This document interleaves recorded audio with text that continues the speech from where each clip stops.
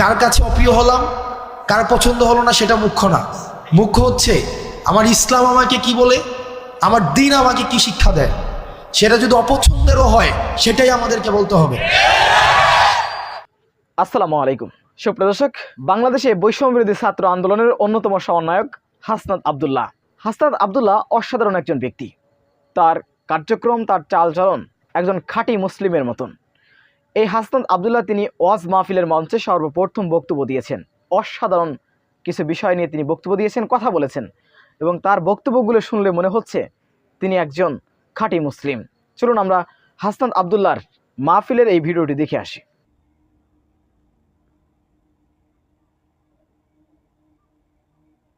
এটা অনেকের হচ্ছে পছন্দ হবে না এই কথাটা, আমি জানি। এখানে অসংখ্য মানুষ আছেন এটা আপনাদের পছন্দ হবে না। অধিকাংশের কাছে হয়তো আমি এই কথার কারণে অপ্রিয় হতে পারি, কিন্তু কার কাছে অপ্রিয় হলাম, কার পছন্দ হলো না সেটা মুখ্য না। মুখ্য হচ্ছে আমার ইসলাম আমাকে কি বলে, আমার দ্বীন আমাকে কি শিক্ষা দেয়। সেটা যদি অপছন্দেরও হয় সেটাই আমাদেরকে বলতে হবে। আমি যেহেতু এই গ্রামে ছিলাম, এই গ্রামের সাথে আমার সম্পৃক্ততা রয়েছে। এই গ্রামে এক ধরনের অর্থনৈতিক বিনিময় প্রচলিত রয়েছে, যেটাকে আপনারা নাম দেন পত্তন। এটাকে আপনারা যে নামেই ডাকেন না কেন, এটা সরাসরি সুদ।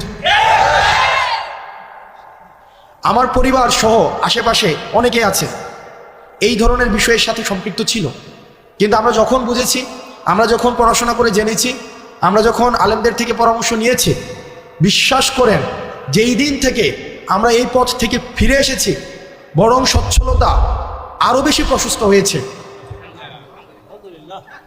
কসম করে বলছি, আপনারা জানেন আমার বাবার অর্থনৈতিক অবস্থা, আমার দাদাদের অর্থনৈতিক অবস্থা।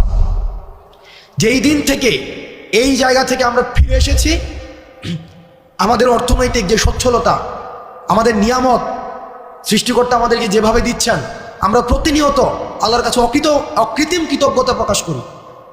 আপনাদের কাছে অনুরোধ থাকবে, এই যে আমরা দেখি টাকা থেকে টাকা বৃদ্ধি পায়, এটা অসংখ্য পরিবারকে নিঃস্ব করে দেয়। আমি নিজে দেখেছি, আমার বাড়ির মধ্যে এইসব বিষয় মেল হয়েছে। ছোটবেলায় আমি দেখেছি, বা আমি দেবিদ্বার থেকে আসতাম যখন দেখতাম। অনেকে আমাকে অপছন্দ করতে পারেন, আপনি আমাকে অপছন্দ করেন, সেটা আমার দেখার বিষয় না, কিন্তু এটাই সত্য। এখানে সবাইও যদি অপছন্দ করেন, এটাই সত্য। এবং সুদের বিরুদ্ধে আমাদের একটা সামাজিকভাবে এটাকে প্রতিরোধ করতে হবে। আমরা আল্লাহর আইন চাই, সুদ মুক্ত সমাজ চাই। আল্লাহর আইন চাই, সুদ মুক্ত সমাজ চাই। আল্লাহর আইন চাই। আপনাদের কাছে অনুরোধ থাকবে, আপনারা সুদকে বন্ধ করে দেন। আমরা চেষ্টা করব, আপনারা যদি আমাদেরকে সহায়তা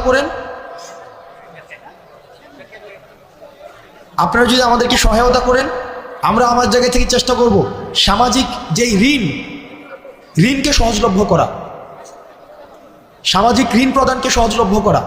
আপনাদের কাছে মনে হতে পারে যে এটা তো একটা মাহফিল। ইসলাম তো পূর্ণাঙ্গ দিন ব্যবস্থা। ইসলাম আমার দুনিয়া নিয়েও কথা বলে, দুনিয়া পরবর্তী বিষয় নিয়েও কথা বলে।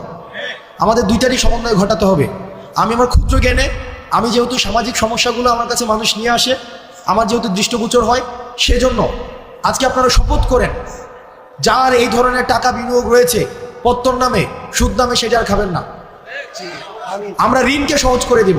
আমিও বুঝতেছি যে আপনারা অনেকক্ষণ ধরে অপেক্ষা করছেন, যে আপনাদের যার বক্তব্য শোনার জন্য আসছেন, রফিকুল ইসলাম মাদানী সাহেব, উনি এই যে আপনাদের পিছনের বিল্ডিংটায় আছেন, মানে এই যে আপনার পিছনের বিল্ডিংটা, একটা মানুষ 8 ঘন্টা জার্নি করে আসছেন, 8 ঘন্টা, তো ওনার কিছু জরুরত হইতে পারে, তো উনি আবার বক্তব্য দিবেন। উনি 3.5 ঘন্টা কথা বলেছেন, 3.5 ঘন্টা, যেটা আসলে আল্লাহ ওনাকে রহমত এবং বরকত দিন। এই যে মসজিদটা আমাদের, যেটা 4 বছর হয়েছে মসজিদটা, এই মসজিদে গত 2 দিন আগে আমাদের এই উপজেলার জন্য 5 কোটি টাকা বিশেষ বরাদ্দ দেওয়া হয়েছে।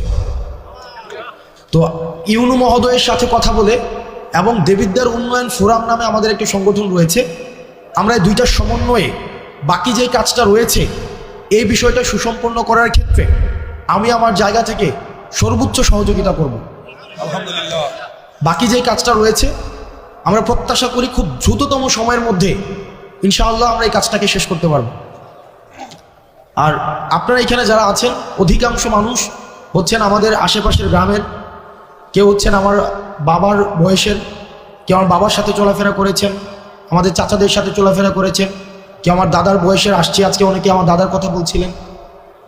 এই গ্রামের সবাই আত্মীয়, কোনো না কোনোভাবে সবাই আত্মীয়। রফিকুল ইসলাম মাদানী সাহেব উনি আসছেন। আমি আপনাদের কাছে দুইটা জিনিস অনুরোধ করব আপনাদের কাছে। এক নম্বর বিষয় হচ্ছে, আমি যেহেতু এখানে আমার জন্ম এই গ্রামে, আমি এই গ্রামে মাঝে মাঝে, যদিও আমি দেবিদ্বারে বড় হয়েছি, ক্লাস 2তে আমি বাসায় দেবিদ্বারে চলে যাই, কিন্তু দুঃখজনক বিষয় একটা এই গ্রাম সম্পর্কে বা আশেপাশের গ্রাম সম্পর্কে, সেটা হচ্ছে যে আমরা পড়াশোনার ক্ষেত্রে আমরা এই গ্রামের মানুষ বা আশেপাশের কয়েকটা মানুষ অনেক বেশি পিছিয়ে আছি, অনেক বেশি। সেটা হতে পারে কয়েকটা কারণে। এক নম্বর কারণ হচ্ছে যে এই এলাকা থেকে বিদেশে যাওয়ার সহজলভ্যতাটা অনেক বেশি। এটা ইতিবাচক যে মানুষ কর্মসংস্থানের জন্য মধ্যপ্রাচ্যে যাচ্ছে, আমার বাবা গিয়েছেন, এবং এখানে যারা আছেন আমাদের এই যে আমরা অর্থনৈতিকভাবে তুলনামূলকভাবে অন্যান্য এলাকা থেকে আমরা স্বাবলম্বী, এটা ঠিক, কিন্তু শিক্ষার ক্ষেত্রে আমরা অনেক বেশি পিছিয়ে আছি। আমি কিছুদিন আগে শুনেছি যে আমার যে স্কুলটা রয়েছে হাই স্কুল, সেখানে পাশের হার এটা অপ্রত্যাশিতভাবে কম। সারা বাংলাদেশে যেখানে এখন শিক্ষাক্ষেত্রে মান অনেক উঁচু, সেখানে পাশের হার অনেক বেশি কম। আমাদের গোপালনগরে আরেকটা মাদ্রাসা আছে, সেখানেও অপ্রত্যাশিতভাবে পড়াশোনার মান খুব বেশি উন্নত নয়।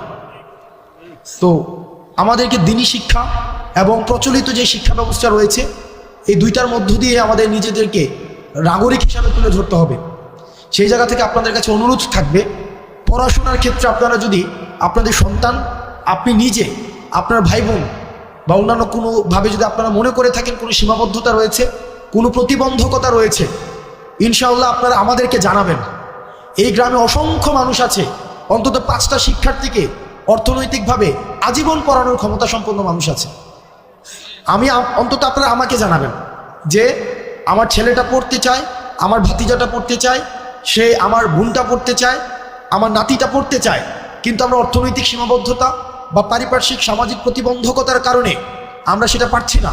আপনারা আমাদেরকে জানাবেন, আমরা সেটার যথাযথভাবে, আমরা সমন্বিতভাবে, যারা আছেন এখানে, আমাদের সোহাগ কাকা আছেন, এখানে অসংখ্য মানুষ আছেন, এই নাম মেনশন করলে আমার অনেক, এটা লিস্ট হয়ে যাবে, আমি নাম মেনশন করতে চাচ্ছি না। আমরা সহায়তা করবো ইনশাআল্লাহুল আজিজ। কখনোই যেন আপনাদের আর্থিক কারণে পড়াশোনা যেন না থেমে যায়। সুপ্রিয় দর্শক, হাসনাত আব্দুল্লাহর এই বক্তব্যটি আপনারা কিভাবে দেখছেন, অবশ্যই আপনাদের মূল্যবান মন্তব্য কমেন্ট বক্সে জানাবেন। সবসময় সত্য নির্ভর তথ্য পেতে স্বাধীন Bangla TV YouTube channel subscribe করে আমাদের সাথে থাকুন। আসসালামু আলাইকুম রহমতুল্লাহি ওয়া বারাকাতুহু।